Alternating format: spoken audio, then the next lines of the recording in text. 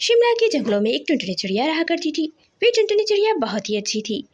वे टुनटुनी चिड़िया बहुत ही अच्छी और दयालु थी और तमाम पक्षियों का ख्याल रखती थी। जंगल के तमाम पक्षी इसके दोस्त थे और तमाम पक्षी इससे बहुत ही खुश थे। टुनटुनी चिड़िया जंगल के पक्षियों को लकड़ी के घर बनाकर बेचा करती थी।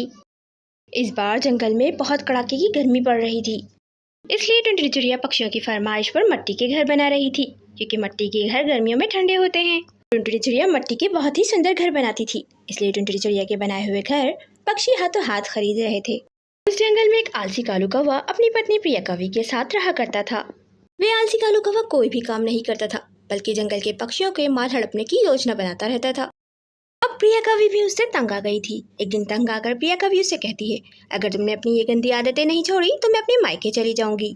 हमारी शादी को इतने साल गुजर गए हैं, लेकिन तुमने अभी तक मुझे नया और पक्का घर बनवा कर नहीं दिया है। नया और पक्का घर तो दूर की बात है, तुम तो मुझे खाने के लिए भोजन भी नहीं लाकर देते। दूसरे पक्षियों से मांग मांग कर खाना पड़ता है। अब मैं नहीं रहूंगी तुम्हारे साथ, मैं तो चली अपने मायके। और अब जब मेरे तीनों मुस्तंडे भाई आकर तुम्हारी हड्डियां और पसलियां तोड़ेंगे, जभी तुम्हारी समझ में आएगी। लगता है जभी तुम सुधरोगे। अरे नहीं नहीं मेरी जान, ये तुम कैसी बातें कर रही हो। अरे क्या जरूरत है उन 3 मुस्तंडों को बुलाने की। ओ मेरा मतलब है कि अपने भाइयों को बुलाने की। वैसे भी मैं 1-2 दिन से सोच रहा था, घर में बैठा बैठा बहुत बोर हो गया हूँ और थक भी गया हूँ। क्यों ना इस गर्मी में मिट्टी के घर बनाकर बेचूं।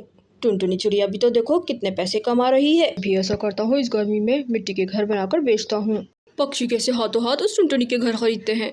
ये तेरे पास कालू एक आखिरी मौका है। तू चाहे घर बेच या अपने आप को बेच, मुझे तो पैसे चाहिए। अगर इस बार तूने पैसे नहीं कमाए तो इस बार मेरे भाई तुझसे पूछेंगे। आया बड़ा कहीं का। और अब अगले ही दिन से कालू कौवा मिट्टी के घर बनाकर बेचना शुरू कर देता है, लेकिन जंगल का कोई भी पक्षी कालू कौवे से मिट्टी के घर नहीं खरीदता है। घर ले लो, मिट्टी के सुंदर सुंदर घर ले लो, सस्ते दामों में घर ले लो। मैं टुनटुनी चिड़िया से कोई कम थोड़ी हूँ। ऐसे जबरदस्त घर बनाऊंगा कि पक्षी मेरे घर हाथों हाथ खरीदेंगे और टुनटुनी चिड़िया के घर कोई भी नहीं खरीदेगा। लेकिन सुबह से शाम हो जाती है, कालू कौवे का एक भी घर नहीं बिकता है। सब टुनटुनी चिड़िया से ही घर खरीद रहे होते हैं। ये देखकर कालू कौवा मन ही मन जलने लगता है और आज तो उसे टुनटुनी चिड़िया पर बहुत ही गुस्सा आता है। वे कालू कौवा जलकर टुनटुनी के काम को खराब करने की योजना बना लेता है कि कोई भी पक्षी टुनटुनी चिड़िया का बनाया हुआ घर ना खरीदे, बल्कि वो सब मेरा घर खरीदें। और अगले ही दिन से कालू कौवा अपनी बनाई हुई योजना पर अमल करना शुरू कर देता है। जिन जिन पक्षियों ने इस बार टुनटुनी चिड़िया से मिट्टी के घर खरीदे थे, कालू कौवा पक्षियों की गैर मौजूदगी में उनके घरों को तोड़ना शुरू कर देता है।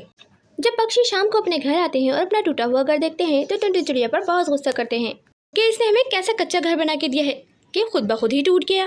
और टुनटुनी चिड़िया के घर जाकर उसे बुरा भला कहते हैं और उससे अपने घर के पैसे मांगते हैं। ये सब सुनकर टुनटुनी चिड़िया बहुत परेशान हो जाती है। टुनटुनी, तुमने हमारे साथ धोखा क्यों किया है? हम तो तुम्हें बहुत अच्छा समझते थे। तुम अभी के अभी मेरे पूरे घर के पैसे निकालो, वरना नहीं तो मैं पुलिस को बुला लूंगा।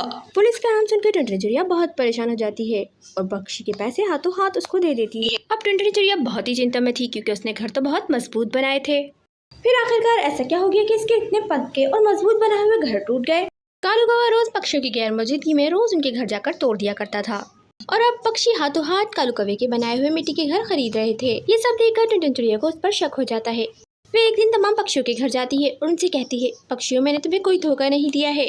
मुझे लगता है ये सब कालू कौवे का किया धरा है। कोई भी पक्षी उससे मिट्टी का बनाया हुआ घर नहीं खरीद रहा था, इस कारण उसने ये सब किया है। वे टुनटुनी चिड़िया तमाम पक्षियों से कहती है, पक्षियों, कालू कौवे को रंगे हाथ पकड़ने के लिए मुझे तुम्हारे साथ की जरूरत है।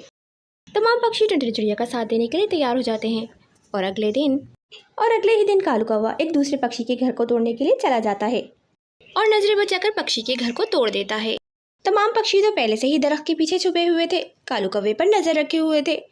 वो कालू कौवे को उस घर को तोड़ते हुए देख लेते हैं और सारी बात समझ जाते हैं और तुरंत ही कालू कौवे के पास पहुंच जाते हैं और उसकी खूब पिटाई करने लगते हैं।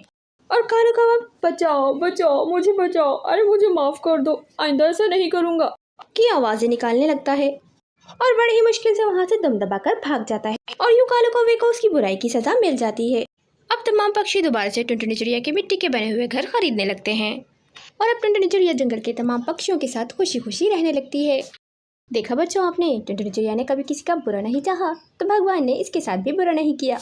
रोज इस तरह की इंटरेस्टिंग वीडियोस देखने के लिए मेरे चैनल को जल्दी से सब्सक्राइब कर लें।